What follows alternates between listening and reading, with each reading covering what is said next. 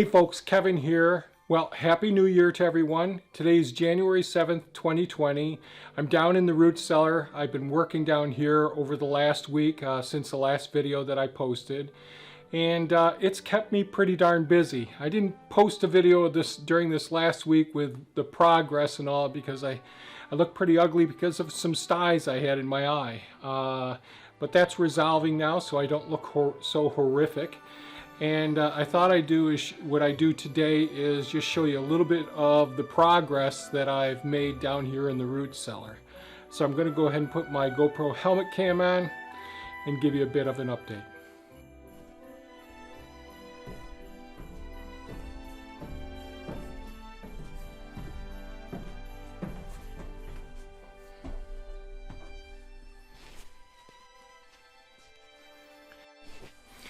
Okay, so I'm down here at the spiral staircase, which is the main entrance going from the sugar shack above down here to the root cellar.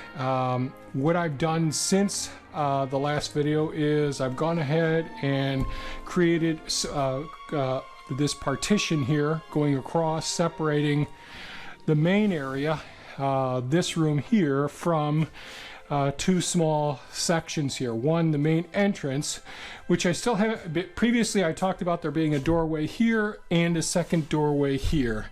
Once I really thought about that, putting a second doorway through this area here, with the outswing of the doorway, I'd lose some shelf spacing on this wall.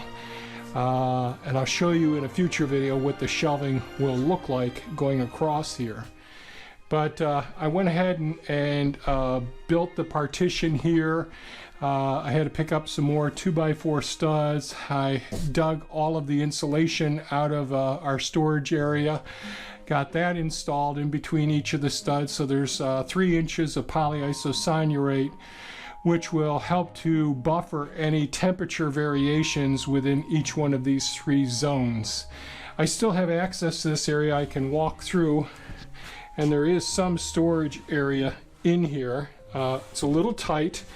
Again, I'm using all the DuraWall, the cement board, moisture resistant, mold resistant here on the walls. And I still have a few more screws to put up in here, a couple of small places to patch, and then paint this area as well.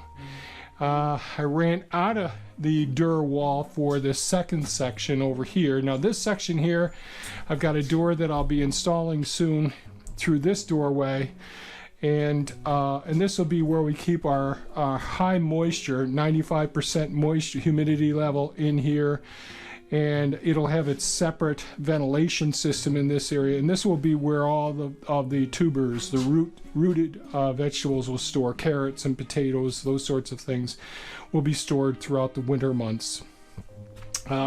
These are all insulated. There was a partition here. I did insulate this. There's double layer cement board, one on this side of the stud and one on the other side as well. Again, I still have a couple more small pieces to put in here. I did go ahead and change some of the wiring around in here so that all 3 zones light up, and I increased the lighting in here. As I get older, it's much easier for me to be able to see what I'm doing, what's on the shelves, read the labels, keep things clean, check for mold, any of those things with any of our canned goods here. I went ahead and was able to get this wall with the DuraWall on it as well. This is on the other side of this. In the last video I showed it was all the insulated concrete forms, which are 8 inches of concrete with 2 inches of styrofoam on either side, with plastic tabs that you can screw into, and that's how I was able to attach each one of these places. Over here on these walls I had 2x4, 16 inches on center. In the last video I showed installing this wall. I have got 2 coats of paint on 3 of these walls so far. I'll have to get more of the paint. Now this is the mold resistant Zinsser 123 mold resistant, moisture resistant base primer material. I have more work to do. I've got some places where there were little tiny gaps in between some of the boards that I went ahead and patched. I'll sand those down and get these walls painted as well.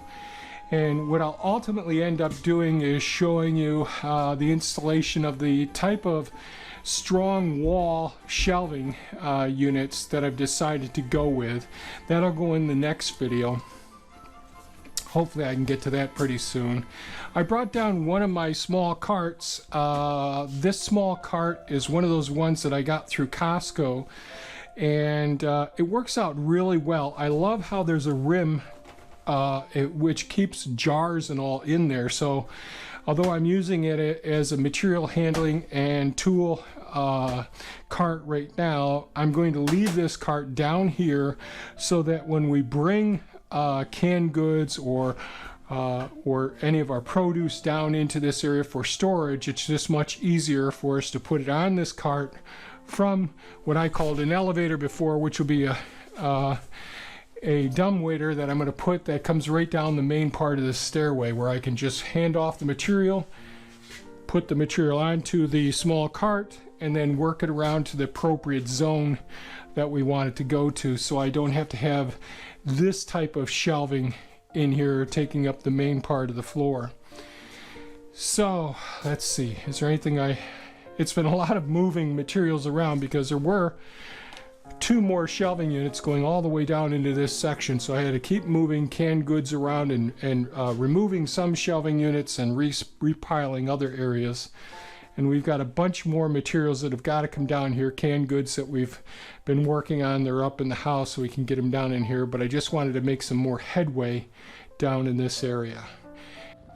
Okay, well that gives you pretty much a little bit of a walk around down here inside of the root cellar, so you can see what we're working with at this point. I'm pretty excited about getting one of these projects a little bit further along the way. I've got so many projects going on here on the property that at times it gets frustrating that it doesn't seem I'm making enough progress. But I am pretty happy that we're making some progress down here. I know that when you look at a project like this, it can look like maybe overkill or a lot of time spent where it doesn't seem like the wisest use of financial resources or time. However, I'm looking at this as a long-term investment in our food resilience, food sustainability, and hopefully I'll be able to show you some other components of what I have planned for being more resilient with food storages and food preparation systems in the future as well as other homesteading projects that we have going on here as well. So if you have any comments or questions, please leave them below. I really appreciate it. If you found this video of value, please give us a thumbs up. That always helps out the channel. And if you have any other ideas or thoughts, please feel free to share them as well. I hope everybody has a really super fantastic 2020 coming up, and hope all your resolutions and your dreams come true. Thanks so much for watching, folks, and have a great day. Bye-bye now.